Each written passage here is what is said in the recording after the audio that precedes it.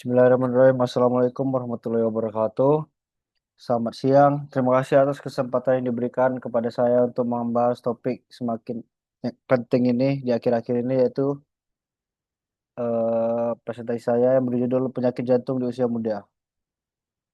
Jadi tujuan dari presentasi saya ini adalah untuk membuka wawasan kita bersama bahwa penyakit jantung bukan hanya ancaman bagi lansia, tetapi kini juga mulai mengincar kelompok usia muda.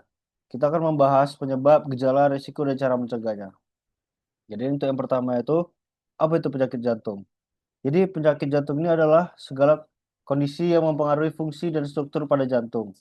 Jenis yang umumnya itu seperti penyakit jantung koroner, aritmia atau irama jantung tidak normal, gagal jantung, dan serangan jantung atau infark miokard. Fakta penyakit jantung di usia muda ada beberapa, yaitu semakin banyak kasus serangan jantung terjadi pada usia di bawah 40 tahun. Lalu data pada WHO dan Kementerian Kesehatan Indonesia menunjukkan pola hidup tidak sehat sejak remaja sampai faktor risiko utama. Jadi pola hidup tidak sehat sejak remaja ini bisa menjadi salah satu faktor terjadinya penyakit jantung di usia muda ini tadi. Lalu ada prevalensi obesitas, hipertensi, dan diabetes meningkat pada usia muda. Jadi kita harus menjaga obesitas kita, hipertensi kita, dan diabetes kita kalau memang kita terkena di usia muda. Lalu ada penyebab penyakit jantung pada usia muda, yaitu ada beberapa. Yang pertama itu ada faktor gaya hidup.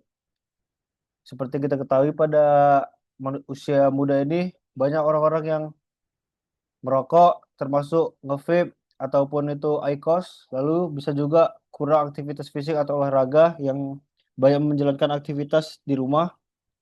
Lalu ada juga makanan tinggi lemak, lemak jenuh, dan gula. Jadi kita harus memperhatikan makanan kita konsumsi yang tidak bisa membuat penyakit jantung. Lalu ada juga stres yang berlebihan. Itu tadi adalah faktor gaya hidup. Lalu ada faktor medis. Faktor medisnya adalah kolesterol yang tinggi atau hiperkolesterolemia. Jadi kita harus memperhatikan kolesterol kita agar tidak melebihi dari normal atau juga kurang dari normal. Lalu ada hipertensi atau tekanan darah tinggi. Kita harus menjaga tensi kita agar tidak hipertensi dan juga hipotensi, tapi yang bisa menjadikan faktor resiko dari penyakit jantung di usia muda ini adalah hipertensi, seperti kita harus mengurangi begadang, salah satunya. Lalu ada diabetes tipe 2 dan keturunan atau juga genetik, itu faktor medisnya. Lalu gejala awal yang sering diabaikan. Jadi pada penyakit jantung di usia muda ini, biasanya orang akan mendapati gejala seperti nyeri dada, seperti ditekan benda berat, jadi seperti pegang itu dada. Lalu ada juga sesak napas saat aktivitas ringan. Lalu bisa juga mudah lelah, pusing, dan juga keringat dingin sedang saat beraktivitas maupun tidak beraktivitas. Lalu detak jantung tidak teratur, bisa kita merasa tuh seperti jantung tuh berdebar cepat dan bisa juga jantung tuh lambat. Jadi dia detak jantung itu tidak teratur. Lalu bisa juga bengkak di kaki kalau pada kasus gagal jantung. Banyak anak usia muda mengabaikan gejala ini karena merasa seperti kita ini masih muda, jadi kita masih sehat, tapi belum tentu. Lalu ada juga risiko khusus di usia muda. Yang pertama itu orang yang sindrom metabolik sejak remaja atau gabungan dari obesitas, hipertensi, gula, gula darahnya yang tinggi. Lalu kita kurang ngecek kesehatan rutin kita, lalu overworking, stres akademik ataupun pekerjaan. Jadi yang bisa kita batasi kemampuan kita jangan dipaksakan. Lalu ada juga penggunaan obat-obatan terlarang atau juga doping. Jadi itu adalah risiko khusus terkena penyakit jantung di usia muda. Lalu kita ada juga cara mencegah penyakit jantung sejak dini, yaitu ya sudah pasti yang pertama itu gaya hidup yang sehat. Apa isi dari gaya hidup yang sehat ini? Yang pertama itu bisa mengonsumsi makanan seimbang seperti buah, sayur, ikan, dan juga kacang-kacangan. Jadi maksud dari makanan seimbang ini adalah makanan yang sehat. Lalu hindari juga makanan cepat saji dan minuman manis berlebih. Boleh mengonsumsi makanan cepat saji dan minuman manis, tapi jangan berlebihan seperti tiap hari atau terus-terusan. Perlu kita seimbangkan lagi dengan konsumsi makanan seimbang tadi yang buah, sayur, ikan, dan kacang-kacangan. Lalu kita harus melaksanakan olahraga minimal 30 menit per hari atau 5 kali dalam seminggu. Jangan tidak ada bergerak ataupun di rumah saja main gadget dan tidak ada keluar kamar. Lalu hindari merokok dan juga meminum alkohol. Lalu tidur cukup dan juga kelola stres dan sampai stres. Lalu kalau dari medisnya, yang pertama itu cek kesehatan rutin seperti tensi, kolesterol, dan juga gula darah. Lalu deteksi dini bila ada riwayat keluarga. Lalu ada juga vaksinasi dan kontrol infeksi, misalnya demam rematik. Jadi maksud saya itu deteksi dini tadi adalah kita harus perhatikan di keluarga kita apakah ada yang memiliki riwayat penyakit jantung, mau itu dari orang tua, saudara, ataupun orang tua dari orang tua. Baiklah, jadi menjadi muda bukan berarti kebal penyakit. Jangan tunggu sakit untuk hidup sehat, mulailah dari sekarang. Jadi demikian presentasi yang saya bisa sampaikan. Jika ada yang ingin menyampaikan saran ataupun ada yang ingin bertanya, saya persilahkan.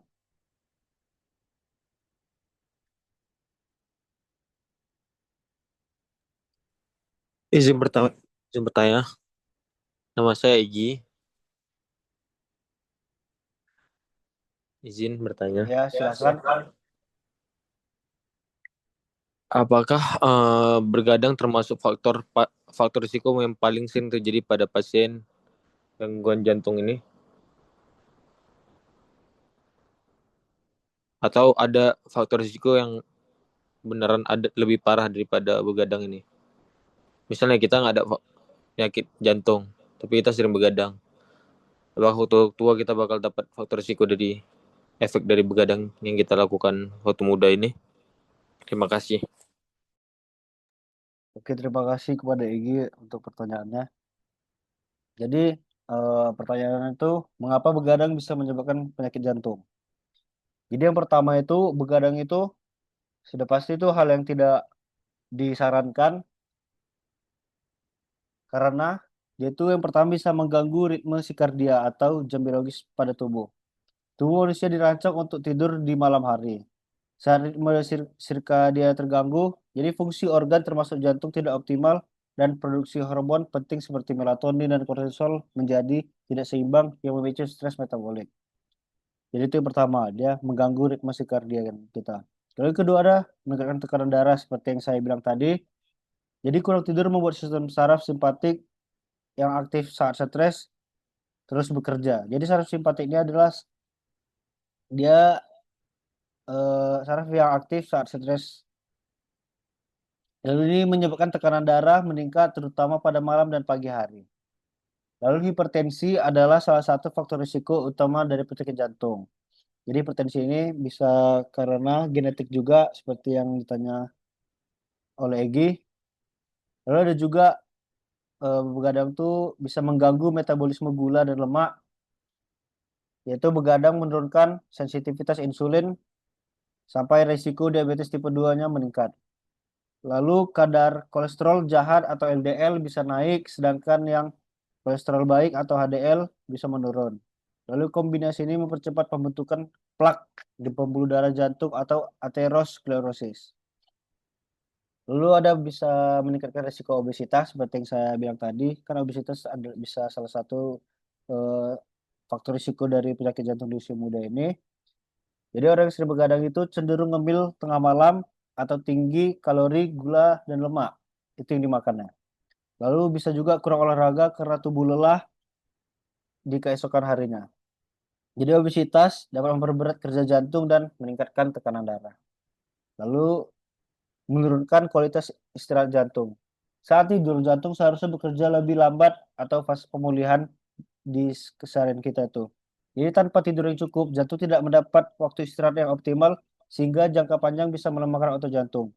Jadi sebenarnya begadang itu adalah tempat tubuh kita kayak fase pemulihan memproduksi yang perlu diproduksi di seluruh tubuh kita ini apa yang kurang dari keseharian kita pada hari ini. Jadi begadang tidak secara langsung menyebabkan sakit jantung dalam semalam, tetapi jika dilakukan terus-menerus dapat mengganggu metabolisme, tekanan darah, dan sistem saraf.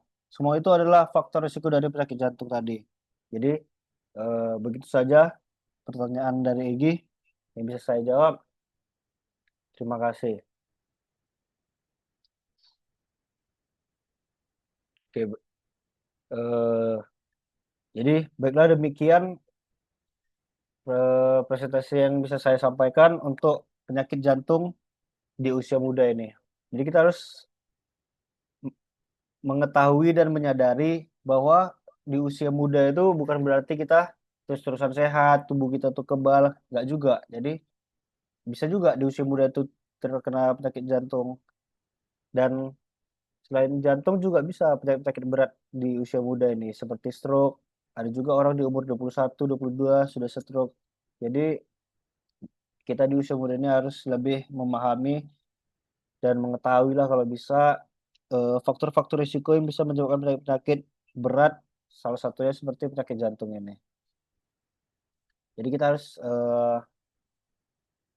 tidur cukup lah, idealnya 7 sampai 9 jam per malam, jaga konsistensi jam tidurnya, hindari kafein, layar gadget, dan aktivitas berat sebelum kita tidur.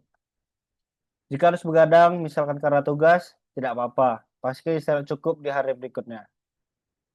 Baiklah, demikian yang bisa saya sampaikan. Mohon maaf jika ada kurang berkenan dalam hati dari penyampaian dan kata-kata yang saya gunakan.